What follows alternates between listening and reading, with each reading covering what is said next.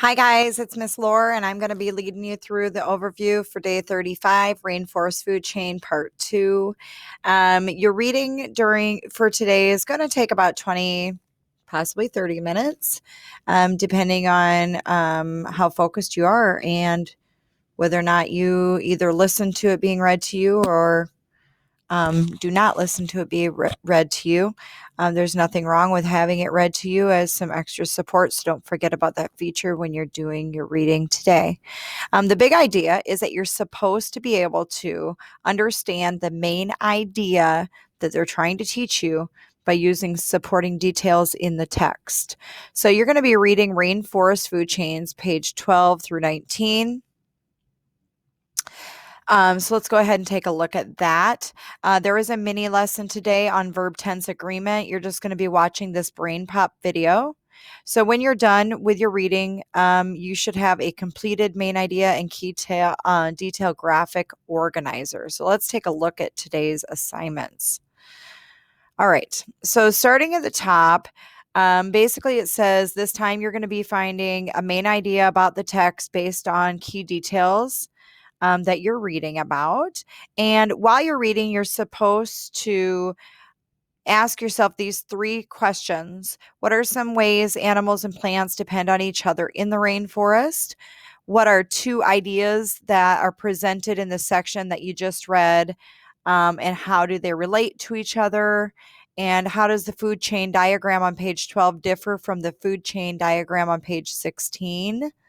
And how do those differences help you as a reader? So now it wants you to read pages 12 through 19 in Rainforest Food Chains. And when you're done reading, you're supposed to answer these questions in your ELA journal. And so, yeah, then we're going to move on to actually completing. You can either do this after you read or during your reading, whatever you prefer. But you're going to use this main idea and key details chart. And this is what it looks like.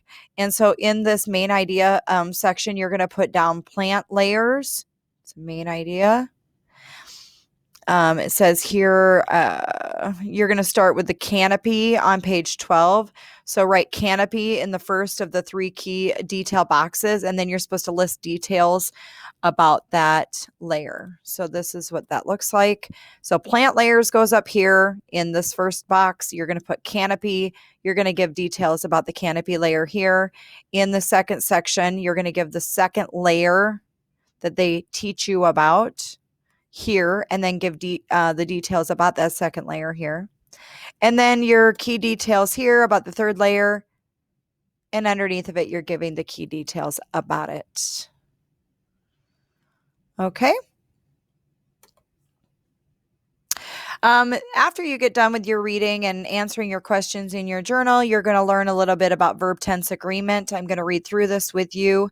Verb tense shows the time and action happened. So when you write about events that happen at the same time, you need to make sure that you use the same tense for all verbs. That's called a verb agreement. So let's look at this sentence. At lunch yesterday, I ate a sandwich and I drink juice. What is wrong with the second part of the sentence? Notice that the tense of the second verb does not fit with the first one. Drink does not go with ate. How could you fix the second part so that it's clear that both of those actions happened yesterday? What would be the common verb tense in Rainforest Chains? Is what it wants you to, it's what it wants you to look at and why you think the author made that choice. But let's go ahead and fix this sentence. So it would, for yesterday, it would say, at lunch yesterday, I ate a sandwich and I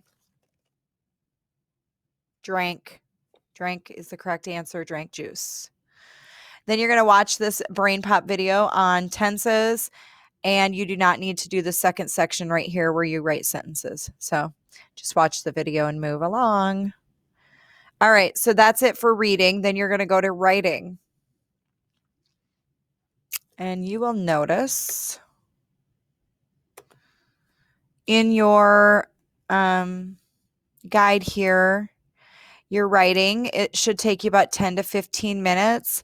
we're going to start to research endangered ecosystems. And you're going to use this form down below to complete your research notes. So make sure that you click on that and make yourself a copy. This is what it looks like. On this guide, I put a link to find a list of endangered ecosystems. Go through the list, pick one of them, and I want you to write down the ecosystem that you're going to research. You would just either highlight this and type it in there, or delete it and type it, however you want to do that. Then I want you to do a Google search on your ecosystem, and you are supposed to copy and paste the URLs for the websites right here. You need to have 3 different sources that you're getting information from. Now, before you begin this assignment, because this really shouldn't take you very long, I do need to talk to you about something that is important, which is your sources. So let's go back to this section.